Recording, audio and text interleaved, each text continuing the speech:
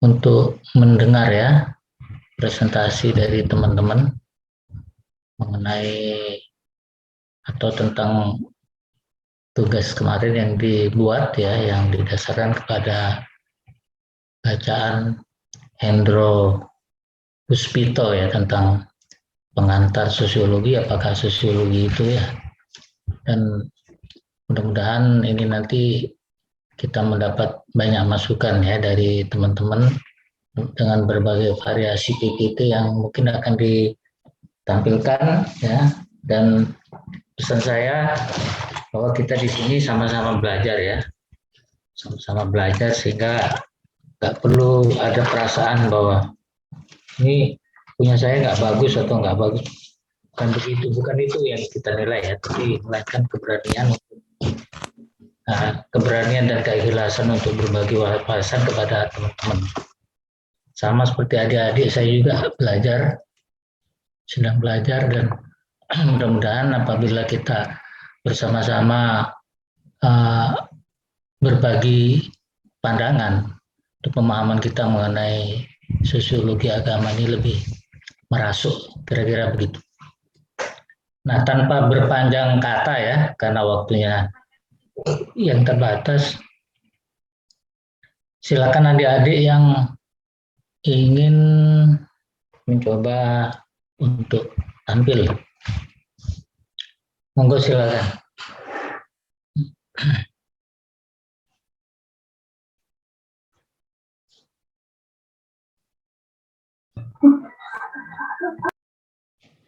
Siapa?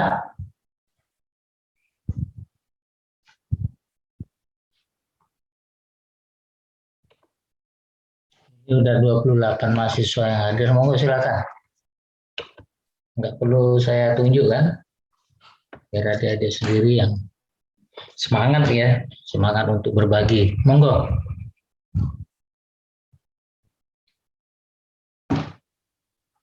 Sosiologi agama ini semester berapa ya? Semester 3 ya.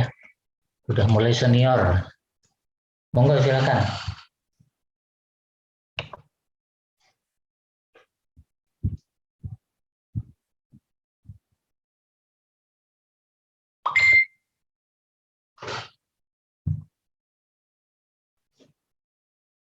Ayo.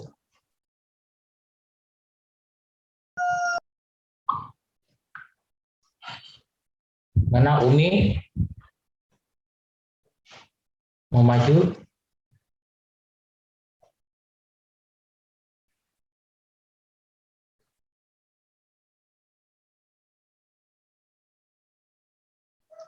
Evi ada orangnya? Ada, Pak. Oke, silakan. Untuk presentasi, Pak. Nggak apa-apa, coba. Monggo.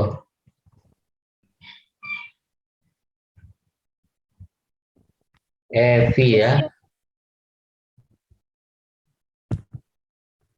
Izin share screen ya, Pak. Iya, iya. Udah bisa share, udah bisa share. Udah saya pasang anunya.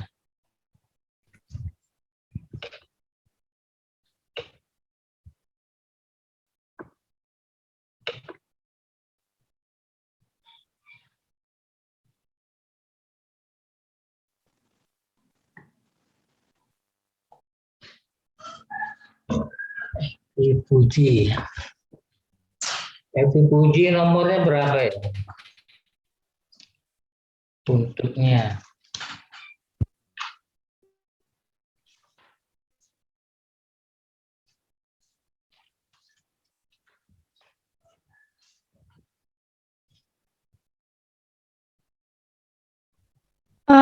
Kosong 029. 029. Oke. Ya, silakan. Mbak Evi ya.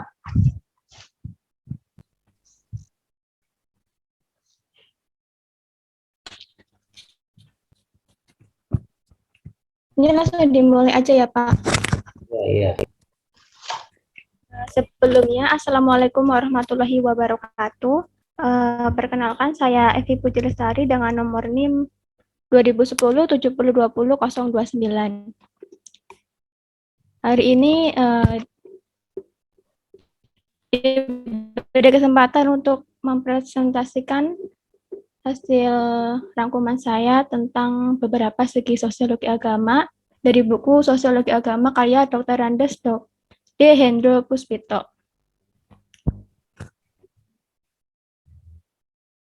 Yang pertama adalah pengertian. Sosiologi agama ialah suatu cabang sosiologi umum yang mempelajari masyarakat agama secara sosiologis guna mencapai keterangan-keterangan ilmiah dan pasti demi kepentingan masyarakat agama itu sendiri dan masyarakat luas pada umumnya. Jadi segi-segi yang hendak ditonjolkan dalam pengertian tersebut adalah sosiologi agama itu merupakan cabang dari sosiologi umum, bahwa sosiologi agama itu sungguh ilmu sebagaimana sosiologi pada umumnya, dan tugasnya dari sosiologi agama adalah untuk mencari keterangan ilmiah. Yang kedua adalah sasarannya. Sasaran langsungnya adalah masyarakat agama. Masyarakat agama yang dimaksud bukanlah agama sebagai suatu sistem ajaran atau dogma, melainkan agama sebagai bentuk-bentuk kemasyarakatan yang ada atau fenomena sosial sebagai fakta sosial yang disaksikan dan dialami banyak orang. Yang ketiga adalah metode.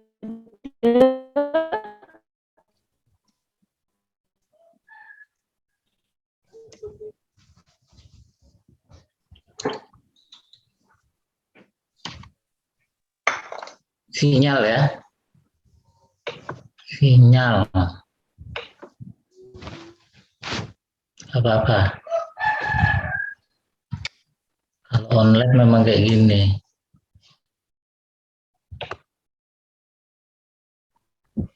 Bentar Pak, ini ketutup. Kode sosiologi agama itu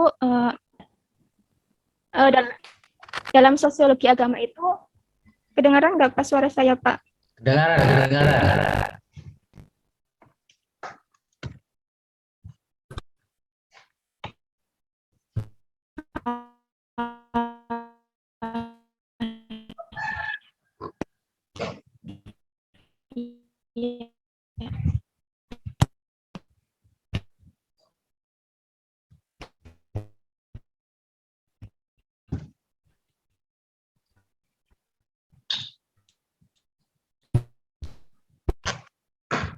Sinyalnya buruk ya.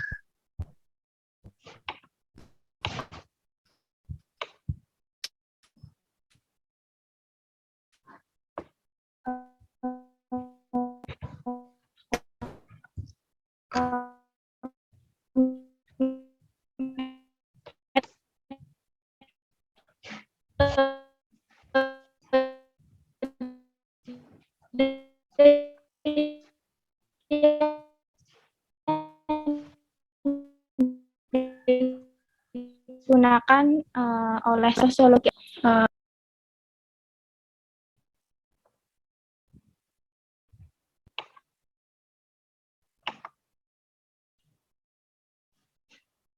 Hilang.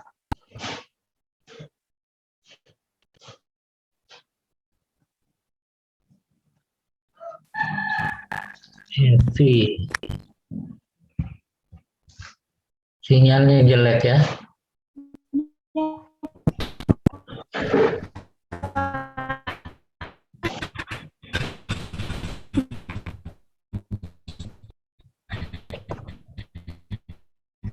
Ya, kendala teknis, nggak masalah.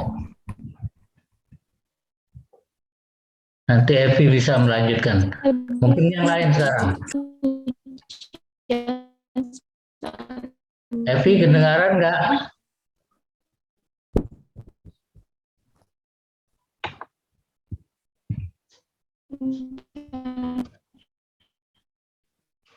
Oke, biar nanti Evi nyusul ya. Oke, sekarang Zeta, Umi mau maju? Umi Lailatul. Evi nanti lagi ya. Umi mau maju? Boleh Pak, boleh. Ya, boleh ya. Buntunya berapa? Oke, Pak. Terus 009 Pak. iya Pak, terima kasih Pak. Ya, oke. Umi Latifah ya, 003 ya. Umi Lailatul apa Umi Latifah Pak? Oh, Umi Lailatul ya. Ya, Umi Lailatul. Sisanya ya Pak. Iya, ya. Nomornya berapa? 009. 009. Ya, iya, oke, oke. Bentar Pak, saya share screen dulu. Oke.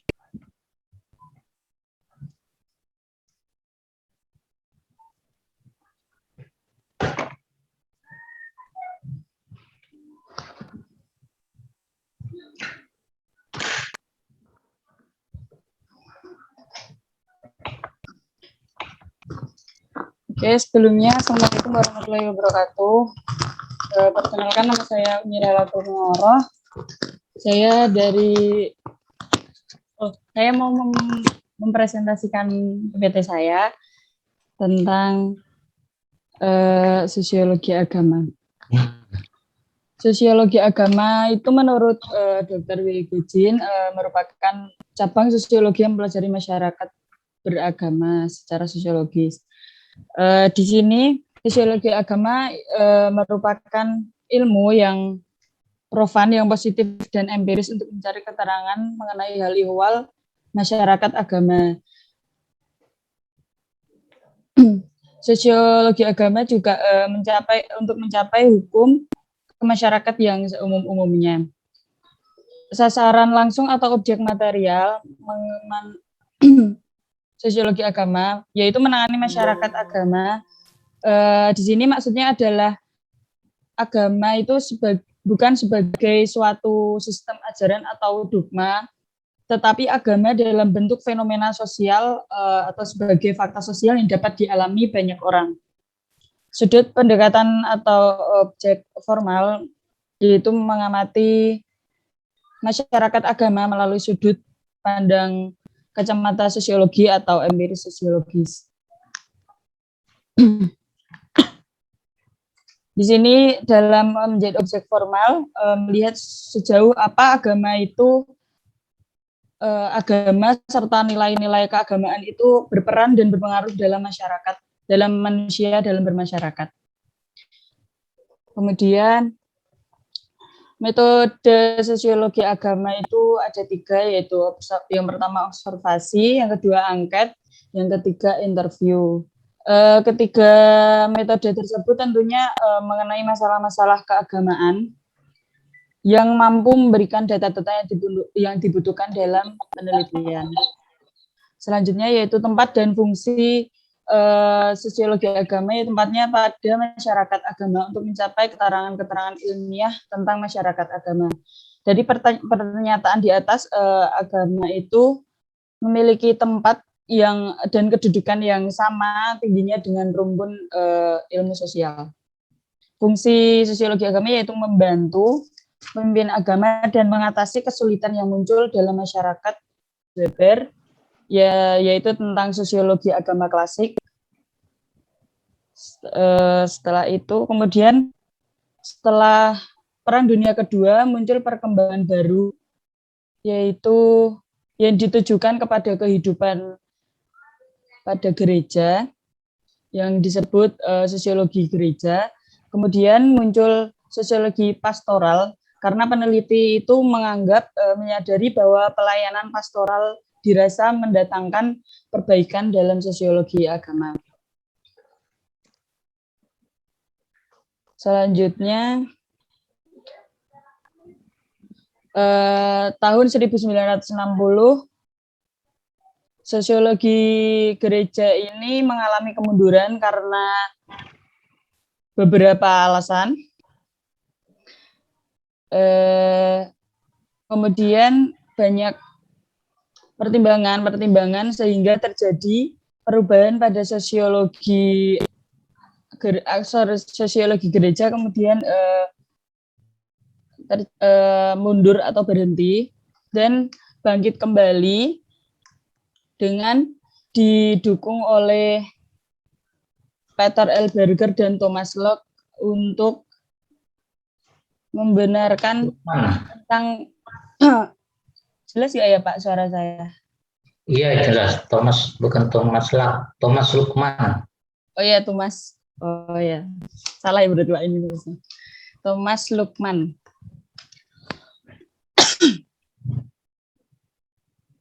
Sosiologi ini banyak terjadi perubahan pada sosiologi agama, yaitu terkait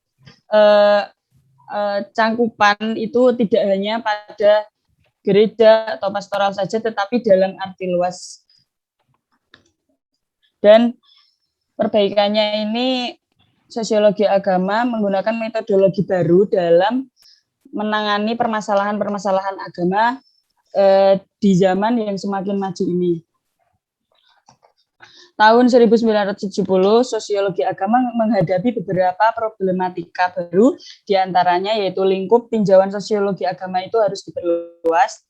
Yang kedua, masalah pengertian agama dan makna agama itu dibenarkan. Kemudian merumuskan kembali definisi agama.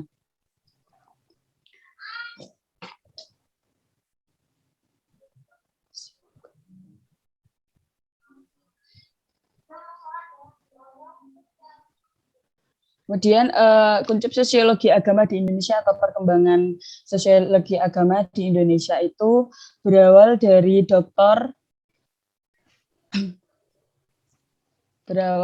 Dr. Mukti Ali yang menganjurkan para sarjana Indonesia itu akan mengadakan penelitian dalam bidang masalah kehidupan agama.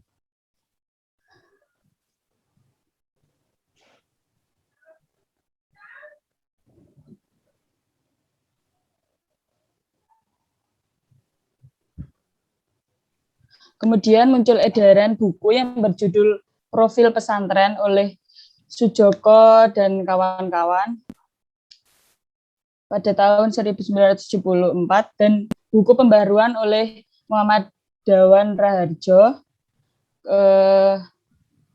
Dan pada saat itu muncullah awal-awal sosiologi agama di Indonesia.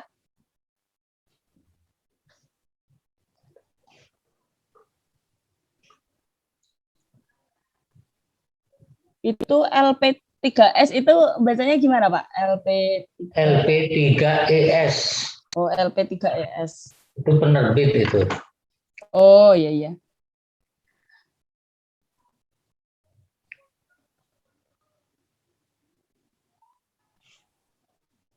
Kalau ini namanya bukan Mukti, tapi Mukti ya, nggak ada hanya.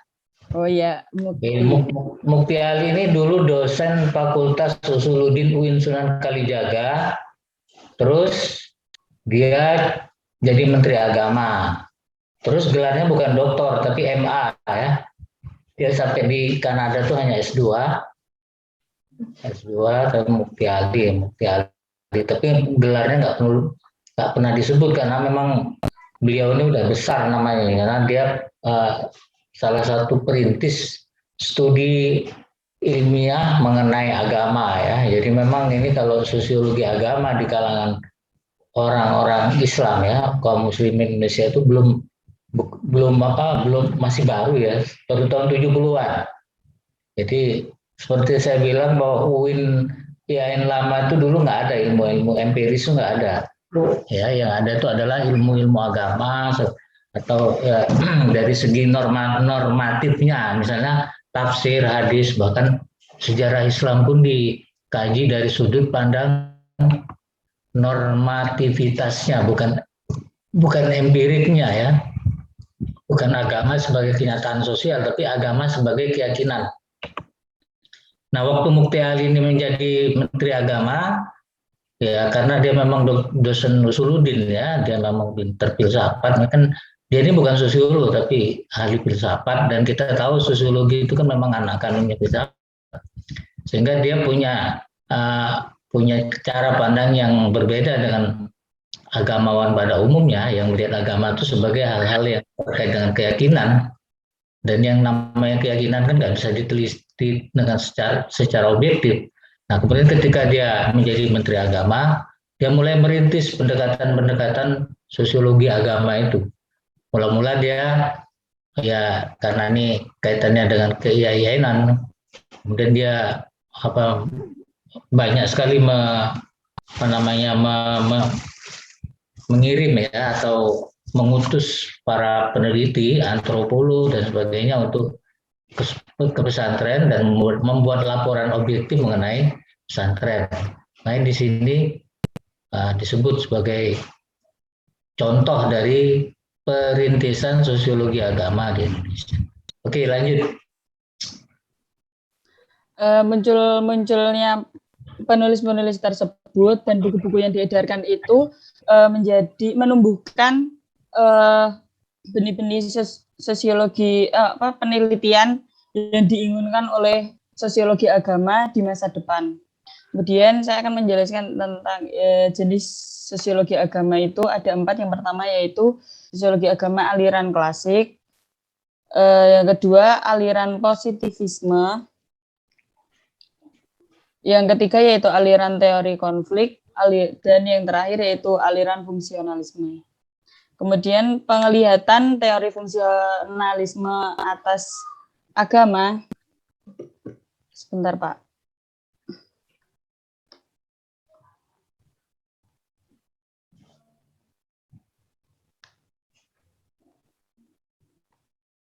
Teori fungsionalisme ini melihat agama itu sebagai bentuk kebudayaan yang fenomenal, yang istimewa dan pengaruhi perilaku manusia, baik lahiriah maupun batiniah, sehingga sistem sosialnya itu terdiri dari nilai-nilai yang dibentuk oleh sosiologi agama atau oleh keagamaan tersebut. Sekian dari saya. Terima kasih, Pak. Banyak kurang. Oke, makasih Mbak Umi ya. Umi Latul. Ini ada 2 Umi ya. Ada 2 Umi rupanya sama Umi Latifah. Oke, siapa lagi? Ini anunya bisa dicabut ya share-nya. Oke. Nah, berikutnya siapa lagi nih? Saya rasa bagus sekali ya, udah 2 orang. Siapa? Ini yang bertopang dagu ini siapa ini? Asna Laraswati. Atau ini Dani. Ya, Dani mau nyoba. Boleh Pak, sebentar. Oke, nggak apa-apa. Nyoba aja Om. Ini kan sambil latihan-latihan. Dani Latifah ya. Dani Latifah. Nomornya berapa ini? Oh ini 036. Ya, oke silakan. Dani Alin. Oke, baik. Apakah share screen-nya sudah muncul, Pak? Sudah, bagus. Safari Pak. Oke, baik, sebentar.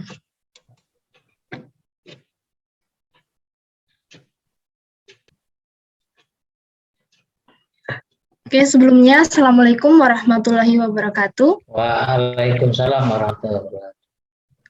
Saya Dani Alin dengan NIM 20107020036. Izinkan saya di sini untuk mempresentasikan hasil PPT saya, yaitu tentang beberapa segi sosiologi agama. Nah, selanjutnya sebelum kita membahas lebih lanjut tentang segi-segi sosiologi agama, alangkah lebih baiknya kita mengerti tentang apa sih itu sosiologi agama. Nah, pengertian dari sosiologi agama sendiri ini adalah seperti yang terdapat pada PPT, yaitu ilmu yang mempelajari masyarakat beragama secara sosiologis guna untuk mencapai penjelasan ilmiah untuk kepentingan masyarakat agama. Nah, jadi di sini sosiologi agama ini mempelajari masyarakat beragama dalam hal bukan tentang ajaran agama tersebut, tapi tentang masyarakat beragamanya, bagaimana agama mempengaruhi cara berpikir masyarakat, tindak laku masyarakat, dan sebagainya. Kemudian selanjutnya tentang sosiologi agama. Di sini terdapat 5 poin penting tentang sosiologi agama. Yang pertama yaitu sasaran atau objeknya. Sasaran dari sosiologi agama itu sendiri yaitu masyarakat beragama. Masyarakat beragama di sini itu tentang kelompok, institusi, struktur dan fungsi dari agama itu sendiri dan pengaruhnya terhadap masyarakat, termasuk perubahan kerukunan masyarakat beragama, dan konflik dalam masyarakat beragama. Nah, selanjutnya kedua itu tentang sudut pendekatan. Dalam sosiologi agama ini, sudut pendekatannya ini secara sosiologis dan empiris, secara teologis, karena sosiologi agama ini mempelajari seberapa jauh agama dan nilai-nilai agama itu mempengaruhi masyarakat atau kepribadian pemeluknya dan lain-lain. Yang ketiga ini metode yang dilakukan untuk mencapai tujuan ilmiah dari sosiologi agama ini sebenarnya sama dengan sosiologi umum, yaitu menggunakan metode penelitian kualitatif atau kuantitatif dengan pengumpulan data berupa observasi, wawancara, dan sebagainya.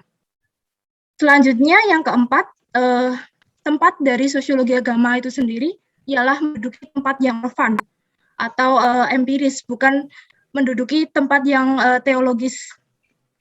Selanjutnya, fungsi dari sosiologi agama itu sendiri, yaitu membantu mengatasi masalah sosial keagamaan masyarakat. Nah, sosiologi agama ini berfungsi untuk memecahkan masalah sosial keagamaan masyarakat. Akan tetapi, meskipun dapat membantu memecahkan masalah tersebut, alangkah baiknya kita itu tidak menaruh harapan yang lebih terhadap apa yang disebut itu sosiologi agama, karena sosiologi agama yang ini itu pertama ilmunya masih muda, dan kedua tidak menyelesaikan kesulitan secara tuntas. Yang ketiga, hal ilmiah ini hendaknya tidak diharapkan membawa hasil yang langsung. Oke, selanjutnya lahir dan berkembangnya. Nah, yang pertama itu periode kemunculan sosiologi agama ini berada pada pertengahan abad ke-19, yaitu dicetus oleh Emil Durkheim dan Max Weber dalam bukunya tentang sosiologi agama. Dalam buku Max Weber tentang sosiologi agama ini sangat menarik karena berisi tentang bagaimana agama-agama itu lahir, tentang Tuhan, magi, dan imam, tentang agama dalam kelas bangsawan, dan sebagainya. Nah, selanjutnya saya mengelompokkan lagi ke dalam sesudah Perang Dunia II. Nah, sesudah Perang Dunia II ini, sosiologi agama itu menjadi lahir sebuah sosiologi gereja dan pastoral. Selanjutnya, nah ini sosiologi agama tentang gereja ini terjadi di Eropa dan Amerika Serikat. Untuk Eropa sendiri itu berada di Prancis, Jerman, Nederland, dan Italia. Nah, setelah terjadi Perang Dunia II, maka lahir sosiologi gereja dan pastoral, akan tetapi mengalami berhentian, dan selanjutnya sosiologi agama itu sendiri kembali bangkit dan melahirkan beberapa koreksi, yaitu berupa sasaran, metode, lingkupnya dan diperluas, dan makna tentang agama itu sendiri diperjelas. Kemudian kuncup sosiologi agama di Indonesia ini berawal dari Mukti Ali yang memerintahkan kita untuk para sarjana untuk meneliti bidang masalah sosial keagamaan, dan dalam konteks gereja Katolik mereka meneliti masalah sosial kegerejaan. Nah, awal mula ini jadi permulaan dari kuncup sosiologi agama di Indonesia, yang diharapkan sosiologi agama di Indonesia ini dapat berkembang dengan baik. Selanjutnya yang mungkin ini akan menjadi yang terakhir, itu jenis sosiologi agama. Nah, yang pertama aliran klasik, itu muncul pada abad pertengahan 19. Di sini aliran klasik ini mengungkap pola sejarah masyarakat beragama. Kemudian yang dua, aliran positivisme ini meneliti tentang sosial empiris positif, atau agama itu dianggap sebagai suatu benda ilmiah atau fakta sosial. Yang kemudian yang ketiga, aliran teori konflik. Nah, teori konflik ini memandang bahwa masyarakat yang baik itu masyarakat yang memiliki konflik, karena dari konflik tersebut akan menghasilkan teori-teori baru dan dapat memecahkan masalah-masalah baru tentang konflik tersebut. Selanjutnya yang terakhir, aliran fungsionalisme ini melihat agama sebagai penyebab terbentuknya sistem sosial masyarakat. Nah, mungkin sekian presentasi dari saya, kurang lebihnya mohon maaf. Terima kasih. Wassalamualaikum warahmatullahi wabarakatuh. Iya, makasih Mbak Dani. tadi udah kita lihat PPT dari Dani ya, Dani Alin dengan bagan-bagannya bagus ya. Terus siapa lagi? Udah 3 kaum perempuan semua nih. Yang laki-laki mana ini?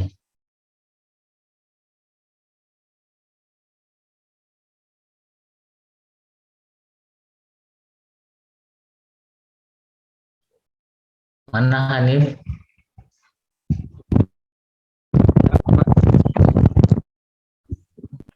Pak, ya Pak. Ya mau. Cuma saya pakai HP Pak, Nggak apa-apa. nggak pakai laptop Pak. Pakai HP kan bisa. Bentar ya Pak. Nggak apa-apa. Ya. Seadanya. Yang penting bisa kelihatan.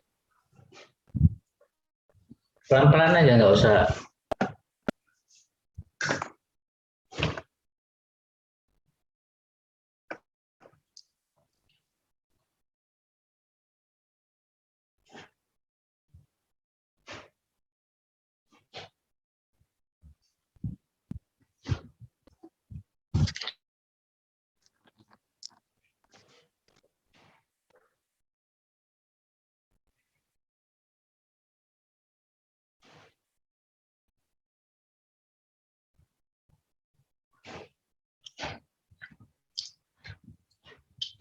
Sambil nunggu Hanif ya.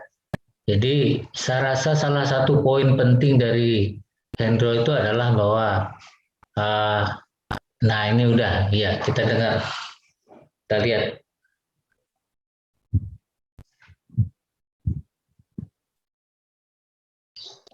Sudah terlihat belum Pak? Nih Pak, Oke, udah belum? Oke. Bismillahirrahmanirrahim. Assalamualaikum warahmatullahi wabarakatuh. Izinkan saya untuk memaparkan PowerPoint yang sudah saya buat sebelumnya, yaitu beberapa segi sosiologi agama. Pengertian sosiologi agama.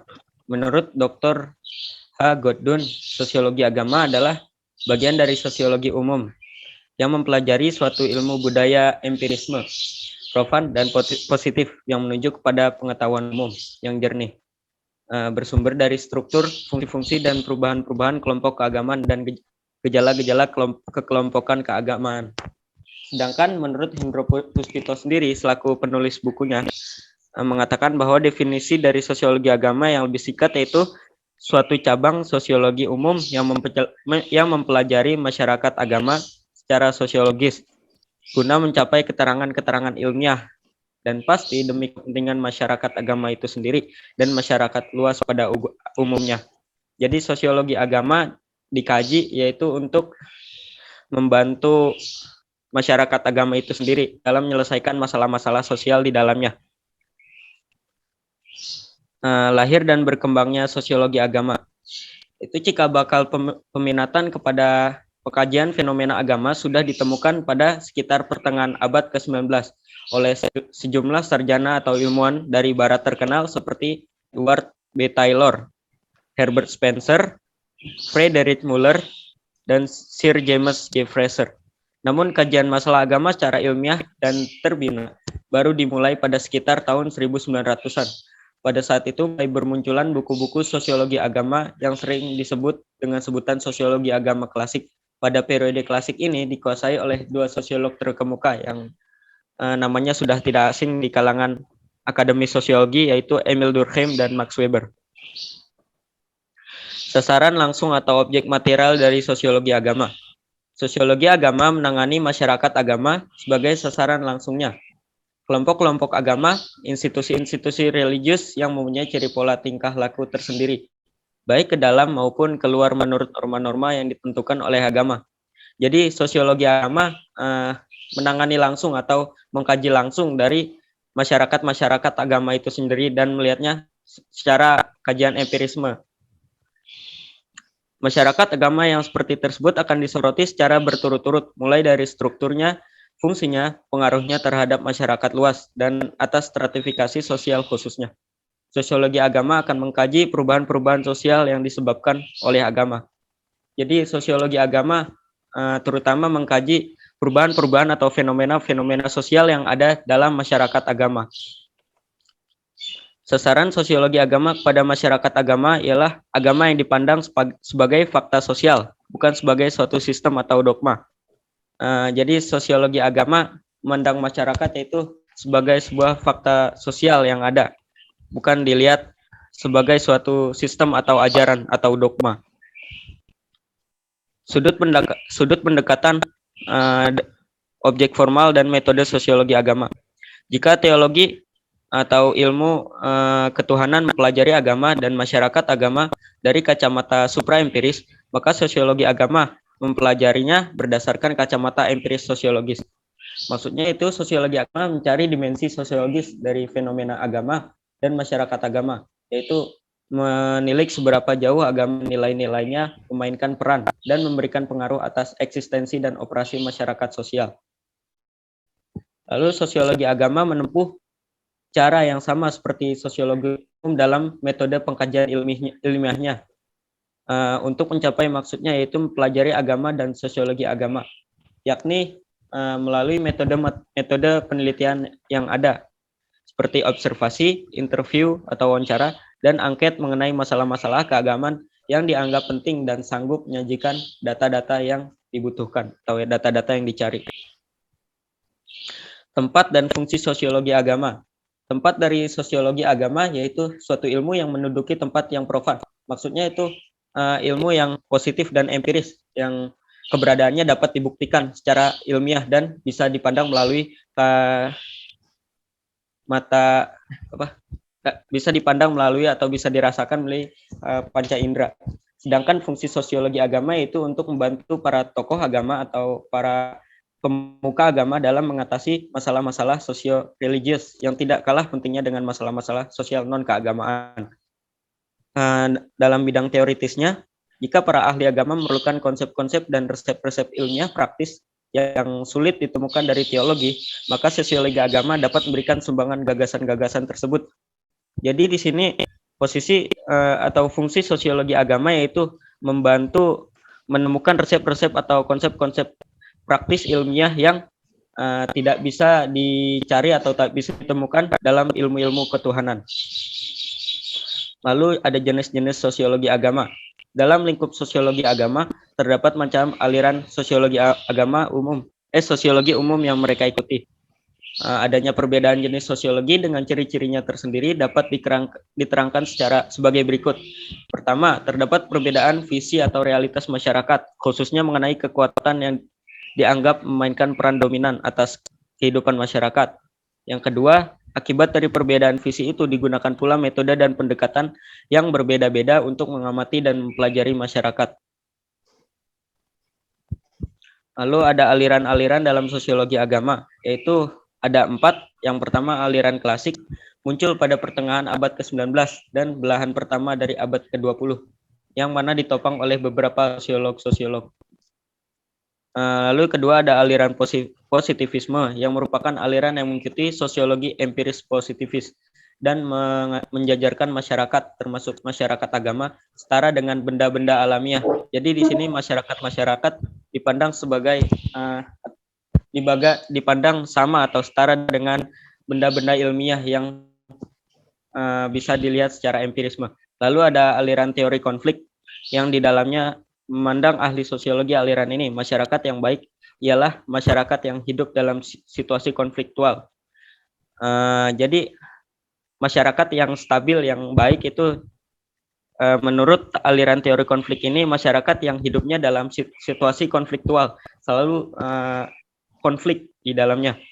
Lalu ada aliran fungsionalisme yang mana pendukung-pendukungnya kontras dari pendirian dasar bahwa masyarakat adalah suatu sistem perimbangan, yang mengatakan bahwa setiap kelompok memberikan kontribusinya yang khas melalui peranannya masing-masing demi terciptanya sistem perimbangan sebagai keseluruhan. Pandangan teori fungsionalisme atas agama.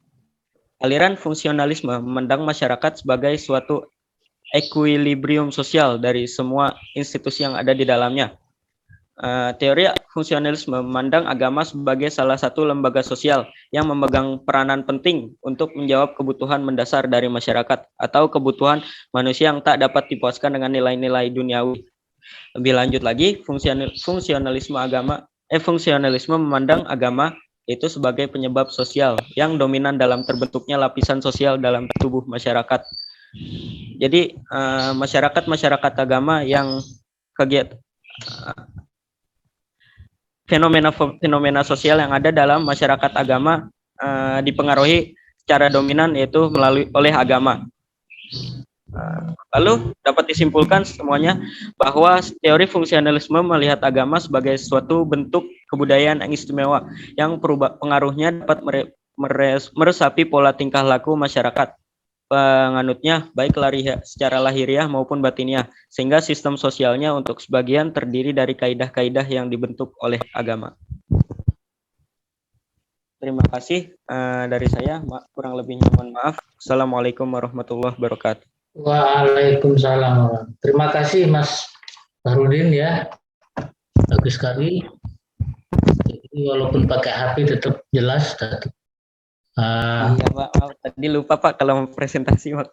Kalau gitu Iya. tadi nyiapin laptop Pak. Iya nggak apa-apa, yang penting bisa. Udah bagus. Jadi saya rasa kita mendapat berbagai cara untuk menjelaskan ini ya. Walaupun secara umum ada kesamaan-kesamaan, tapi saya ingin menekankan hal penting dalam buku Hendro ini ya. Mengapa buku ini dipilih? Seperti kemarin alasan saya adalah bahwa jarang sekali ada buku yang menjelaskan sosiologi agama itu dengan mudah ya dalam bahasa Indonesia. Dan Hendro ini salah satu ya. Ada beberapa buku lain, nanti kita coba ajukan buku-buku lain yang nanti insya Allah bisa memberi kita pelajaran yang pelan-pelan tapi jelas mengenai langkah-langkah tentang sosiologi agama ini seperti apa. Nah, yang saya tertarik dari buku Hendro ini adalah salah satu argumen dia untuk mengatakan bahwa ilmu ini sangat penting bagi komunitas agama ya, bagi masyarakat agama. Apakah itu masyarakat Islam, Kristen, Hindu, Buddha dan seterusnya. Jadi dia memberi ilustrasi bagaimana sosiologi agama ini semula bahkan ya di kalangan orang-orang gereja ya. Sebetulnya Eropa itu kan yang menghasilkan ya, yang melahirkan sosiologi agama modern ya. Namun kalangan mereka sendiri ternyata resisten ya terhadap cara pandang sosiologi agama. Kenapa? Cara pandang sosiologi agama ini kan mengikuti induknya ya. Ini cara pandang sosiologi ya. Dan membongkar topeng-topeng kepalsuan dalam praktek-praktek orang beragama. Nah, kalangan gereja itu biasanya nggak suka karena dibongkar hal-hal yang boleh dikata itu aib ya. Aib dari para romo, para pendeta. Jadi itu penolakan manusiawi, tapi belakangan mereka tahu bahwa cara pandang sosiologi ini ternyata berguna justru untuk menyuburkan kehidupan beragama, di mana para pendeta, para romo ya, para pemuka-pemuka itu, para agamawan itu malah bisa melihat ya, menilai situasi itu dengan objektif. Mereka bisa menilai sosok dari para jemaat gereja ya, orang-orang awam yang datang gereja. Karena cara memandang orang awam ini kan nggak ada dalam teologi, adanya dalam sosiologi, karena sosiologi itu kan ilmu tentang masyarakat.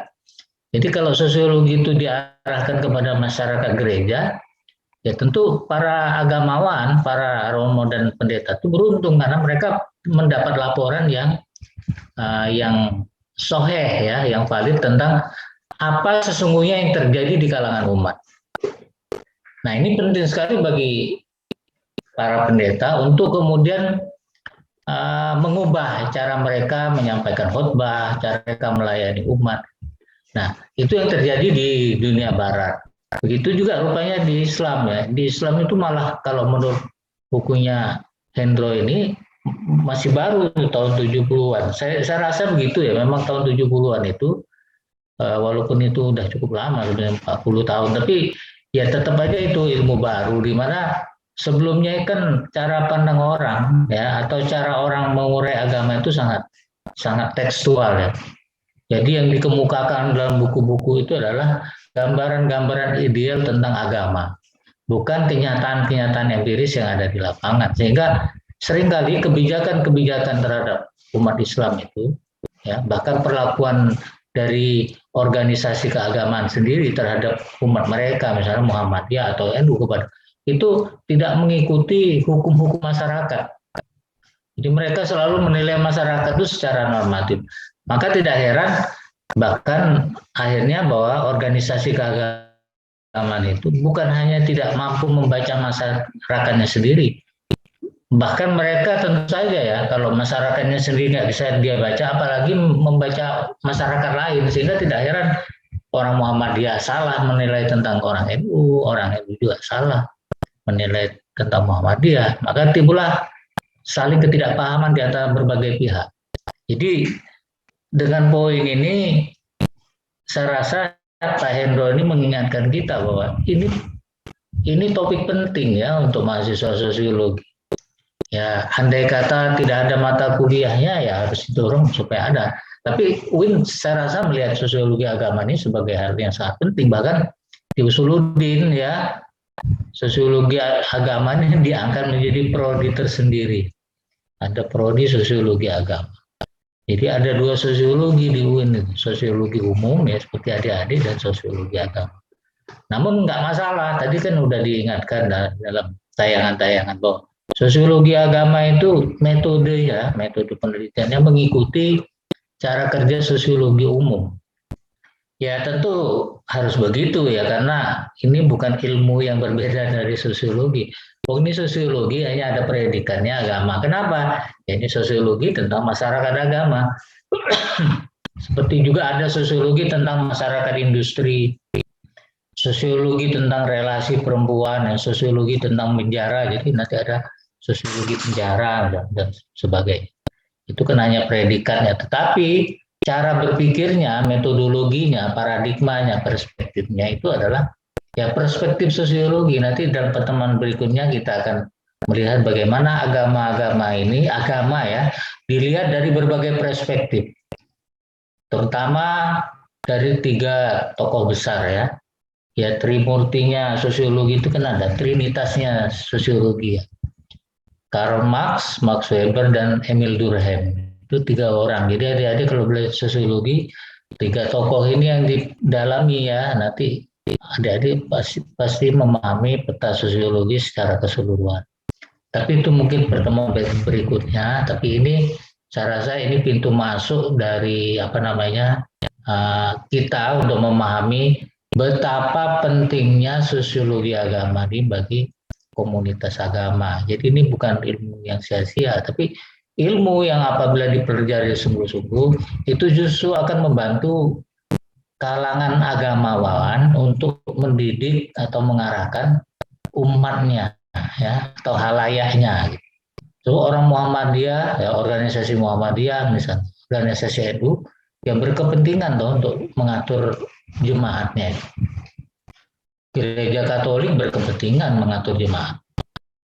Karena situasi di luar organisasi agama ini kan ada problem-problem politik, problem hubungan antar kelompok, ya, problem macam ada problem ekonomi dan seterusnya. Jadi orang-orang NU atau Muhammadiyah perlu sekali mempelajari sosiologi agama supaya mengerti potensi umat itu seperti apa. Ya, kalau nggak ada peta mengenai umat itu nanti kebijakan-kebijakan atau rumusan-rumusan yang dihasilkan oleh organisasi itu nanti nggak klop dengan kemauannya masyarakat, kan bahaya itu. Jadi saya rasa itu salah satu pesan penting dari artikel yang ditulis oleh Pak Hendro. Itu saya menambahkan ya untuk komentar. Oke, berikutnya siapa ini? Maulana, mau maju nggak? Maulana Jody. Boleh, Pak. Oh iya, silakan. Ya, silakan.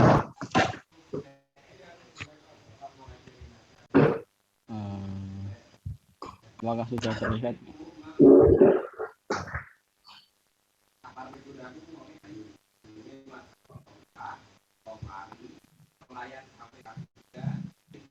Apakah sudah terlihat, Pak? Iya, udah masuk.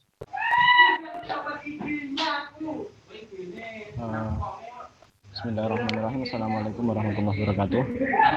Waalaikumsalam. Teman-teman, kali ini saya akan mencoba untuk menjelaskan sosiologi agama berdasarkan dari buku Bapak Hendro Puspito.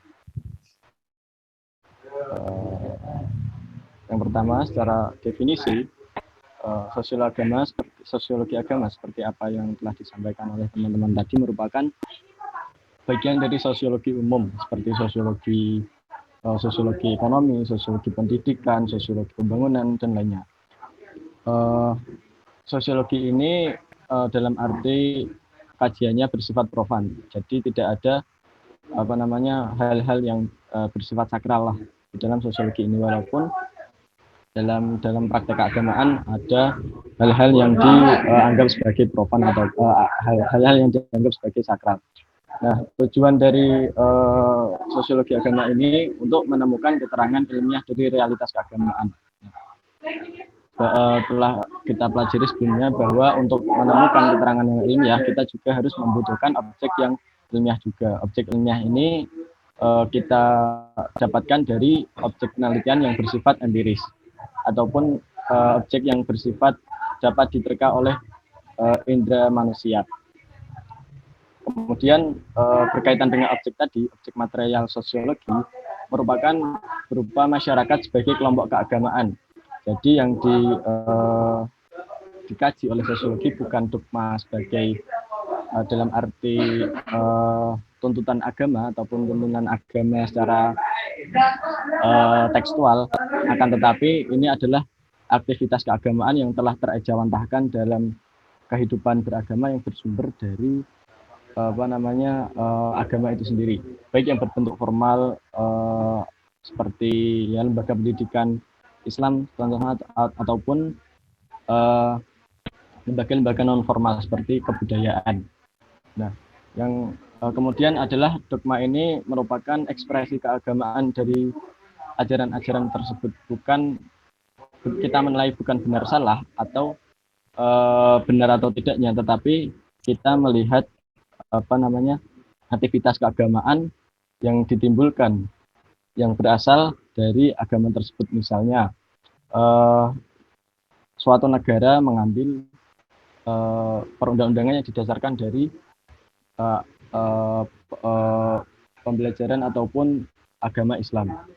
Kemudian objek formal di sini bersifat empiris sosiologis, berbeda dari kajian-kajian teologi yang bersifat empiris teologis, di mana berusaha untuk menguraikan dan mengukur seberapa berpengaruh agama dalam mempengaruhi kehidupan bermasyarakat. Seperti negara, ekonomi bisa saja mengambil dari kegiatan-kegiatan keagamaan. Nah, kegiatan ekonomi inilah yang menjadi kajian-kajian sosiologi agama, karena mengambil dasar-dasar dari ajaran agama tersebut. Kemudian fungsi sosiologi agama. Fungsi sosiologi agama berusaha untuk membantu memecahkan permasalahan yang berhubungan dengan masyarakat keagamaan, baik bagi pemerintah maupun pemuka agama yang tidak dapat dipecahkan dengan pendekatan non-sosiologis. Misalnya, selaku pemimpin ataupun pemuka agama ingin mengetahui bagaimana kondisi dan struktur masyarakat keagamaan yang ia pimpin. Nah, jika menggunakan ilmu-ilmu kealaman ataupun ilmu-ilmu non-sosial, dirasa masih sangat jauh ya.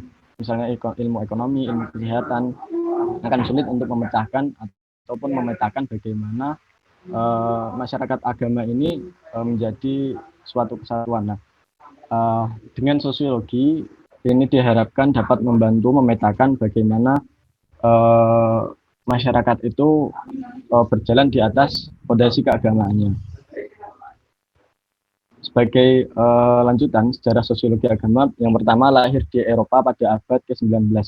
Pada masa ini, tokoh-tokoh masih mengkaji sosiologi agama sebagai agama yang primitif dan belum secara komprehensif dan secara menyeluruh mengkaji agama-agama yang ada. Namun setelah meletusnya Perang Dunia Kedua, gairah untuk mempelajari sosiologi agama ini kembali muncul, dan yang menjadi suksesor awal ataupun pembangkit adalah sosiologi agama di Eropa yang berupa sosiologi gereja. Nah, di sana sosiologi gereja dapat muncul naik ataupun berkembang karena didukung oleh pihak-pihak internal dari gereja. Nah, pada tahun 1960 juga dari pihak-pihak internal yang tidak mendukung juga menyebabkan keruntuhannya sosiologi gereja dan sosiologi pastoral. Nah, setelah runtuhnya sosiologi gereja, maka para teoritis mendapatkan jalan terang kembali karena hegemoni sosiologi gereja telah berakhir, dan sebagai awal untuk membuka sosiologi keagamaan, maka dilakukan langkah pembaharuan untuk merumuskan kembali apa yang disebut dengan sosiologi agama agar lebih jangkauannya lebih luas dan tidak hanya mencakup agama Kristen atau gereja saja. Nah, sebagai lanjutan perkembangan sosiologi agama di Indonesia, yang pertama ada Menteri Agama pada masa Presiden Soeharto, Mufti Ali, yang menyarankan dalam sebuah jurnal kalau tidak salah, dalam tulisan, agar para akademisi di Indonesia lebih rajin membuat kajian tentang kehidupan beragama di Indonesia. Di antaranya ada 2 buku yang diterbitkan oleh 2 orang yang di lembaga LP3ES, yaitu yang pertama Profil Pesantren dan Pesantren dan Pembaharuan. Pesantren ini menjadi salah satu kajian yang menarik pada saat itu karena apa? Karena lembaga pendidikan ini, terutama pada kehidupan Islam tradisional, memberikan suatu gambaran yang unik tentang proses pembelajaran di mana pesantren memiliki kekhasan tersendiri dan tidak cepat mengikuti perkembangan arus yang ada. Dan dari Pusat Penelitian Atmajaya, karena buku ini ditulis oleh seorang yang beragama Kristen, maka tidak lupa untuk mencantumkan penelitian Atmajaya yang di dalam universitasnya melakukan kajian-kajian yang memfokuskan pada kajian-kajian sosial keagamaan pada gereja, pastor, dan masyarakat Kristen pada umumnya. Nah, dan yang terakhir ada aliran sosiologi agama, bahwa di sini hampir sama dengan sosiologi umum pada umumnya. Yang pertama ada klasik, positivisme, konflik, dan fungsional. Sosiologi agama yang ditinjau secara klasik akan berusaha mencerminkan agama berasal dari sejarah-sejarah bagaimana agama itu terdapat dalam masyarakat atau bagaimana agama itu timbul dalam suatu masyarakat. Dan yang kedua, aliran sosiologi positivisme memandang agama bahwa ataupun kehidupan beragama memandang bahwa agama itu sama ataupun masyarakat satu kesatuan dengan alam raya. Hingga objek pendekatan pengkajiannya menggunakan pendekatan ilmu kealaman. Dan yang ketiga, pendekatan konflik, di mana masyarakat agama yang terus-menerus mengalami konflik ataupun mengalami perdebatan dan dinamika, ini dianggap sebagai salah satu contoh masyarakat yang dinamis untuk selalu dan senantiasa mencari apa yang dinamakan equilibrium. Tapi dalam konflik ini equilibrium tidak dianggap ya, karena masyarakat akan senantiasa melakukan konflik. Dan yang keempat adalah fungsional. Lembaga maupun personal masyarakat dianggap dapat dan masyarakat dapat menjadikan peran atau fungsinya ini menjalankan dengan baik apabila mereka ini saling bekerja sama, sehingga masyarakat dapat sadar diri bahwa dia ini dapat di posisi mana dan menjalankan perannya dengan baik. Dan mungkin cukup dari saya, mohon maaf apabila ada kesalahan. Terima kasih Pak. Assalamualaikum warahmatullahi wabarakatuh. Waalaikumsalam warahmatullahi wabarakatuh. Terima kasih Mas Maulana. Ya, sudah 5 orang ya. Mungkin udah cukup ya. Nanti besok minggu depan kita lanjutkan lagi. Ya, ini ya share-nya bisa ditarik Mas Maulana.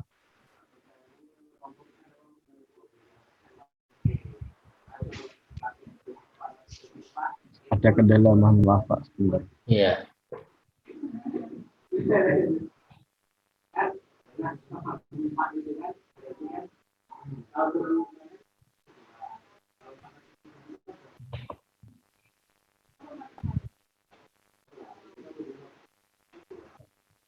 Oke, jadi mungkin udah cukup untuk hari ini. Nah, ini mau saya eh, tampilkan ya bahan lain. Bisa dilihat di layar.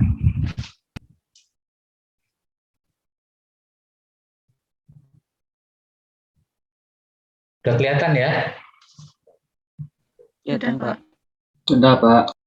Jadi ada buku juga sosiologi agama. Saya lihat buku ini bagus sekali, sistematik ya pembagiannya. eh, saya rasa sesuai untuk disampaikan dalam perkuliahan. Nah, ini buku ini saya bilah-bilah ya, saya belah-belah sesuai topiknya. Dan salah satu topik penting dalam sosiologi agama itu adalah membedakan agama sebagai nilai dan agama sebagai atau nilai agama yang sudah diinstitusionalisasikan ya. Jadi agama sebagai lembaga, agama sebagai nilai dan agama sebagai lembaga itu adalah cara pandang sosiologi agama ketika membicarakan agama, perbedaannya antara ajaran dengan bagaimana ajaran itu diejawantahkan atau diwujudkan oleh para pemeluk agama dalam kehidupan mereka sehari-hari. Jadi di sini bahannya judulnya adalah, jadi ini buku ya, judulnya Sosiologi Agama. Sosiologi Agama ditulis oleh Bernard Rahu ya, beliau ini Romo ya, Romo Katolik. Saya cari-cari buku penulis Muslim itu juga banyak, tapi pembagian babnya itu kurang pas kalau untuk dipakai untuk kuliah itu, karena dia langsung ada topik-topik yang ada di lapangan, bukan taksonomi teoritiknya. Saya pakai buku ini karena taksonominya itu bagus dan mungkin bisa jelas. Dan memang untuk pembelajaran sebagai pengantar, saya memang lebih senang kalau misalnya kita mendapat bahan yang agak sistematik, walaupun terkesan kurang progresif ya. Tapi nggak apa-apa karena ini memang tujuan kita adalah untuk mempelajari dasar-dasar agama ketika ditinjau dari sudut pandang sosiologi.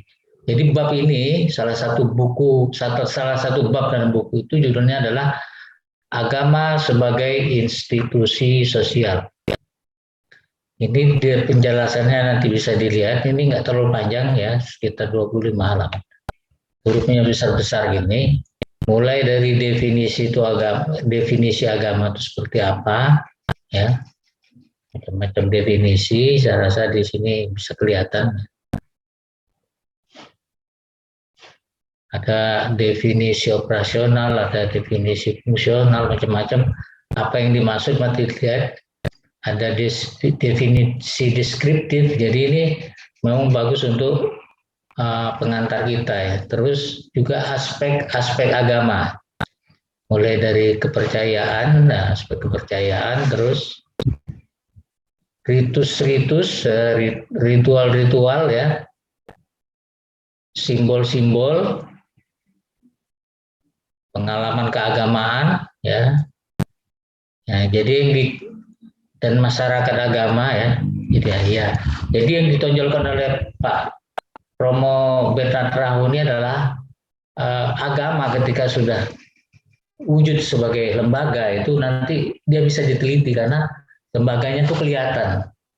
Nah, bagian dari lembaga agama itu apa? Agama sebagai sebuah lembaga atau organisasi. Agama sebagai, tentu ada kelengkapan-kelengkapan yang semua kelengkapan itu bisa diteliti.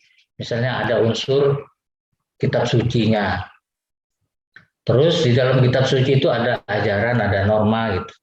Itu bisa dilihat juga, bisa dinilai.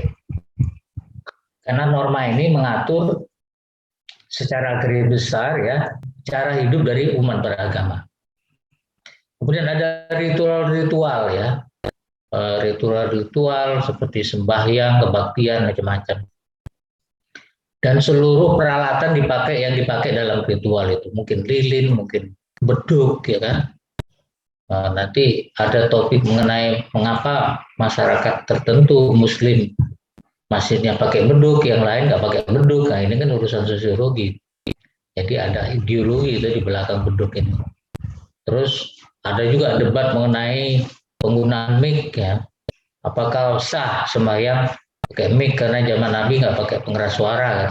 Jadi hal-hal yang kelihatan remeh-temeh ini apabila dia sudah agama itu muncul dalam sistem kelembagaan itu nanti menjadi topik yang menarik untuk diteliti. Ya kelihatannya sederhana orang berdebat tentang pengeras suara, tapi faktanya ada. Bahkan sampai sekarang perdebatannya nggak selesai-selesai. Terus ada perlengkapan lagi misalnya sarung, tasbih ya kan, macam-macam model-model rumah ibadah dan seterusnya. Itu adalah bagian-bagian ketika agama itu muncul.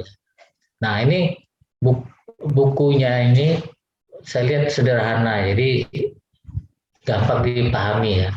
Jadi untuk yang versi lebih canggih nanti itu teman-teman ya adik-adik bisa mencari buku yang lebih dalam ya. Kalau ini memang ditujukan untuk kita untuk belajar secara mudah mengenai sosiologi agama itu apa. Jadi penjelasannya sangat sangat sederhana, bahasanya bagus ya. Ini beliau ini kayaknya di gerejanya di NTT ya, di Ledaliru ya. Ledaliru itu ada pusat studi sekolah tinggi filsafat Ledaliru.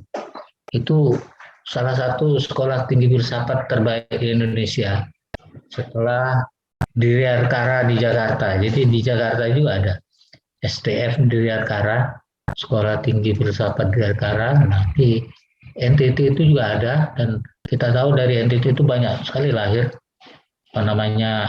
para sosiolog tingkat nasional bahkan internasional. Mungkin adik-adik pasti kenal ya, misalnya Ignaz Kleiden, macam-macam itu alumni dari sekolah ini. Jadi komunitas Ledaliru ini memang komunitas Katolik yang senang dengan ilmu pengetahuan.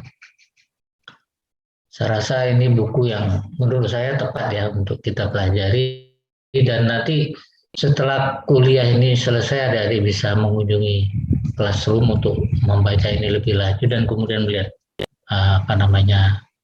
petunjuknya ya di classroom, untuk kemudian kita bertemu lagi minggu depan ya. Mungkin cukup sekian kuliah kita ya, udah jam 2.13. Jam 2.13 masih panjang waktunya, tapi kita cukupkan sekian. Mohon maaf kalau ada salah. Mungkin ada pertanyaan nggak setelah ini? Ada pertanyaan? Tidak ada, Pak. Kalau enggak, kita tutup ya. Betul nggak ada? Betul, Pak. Belum ada, Pak.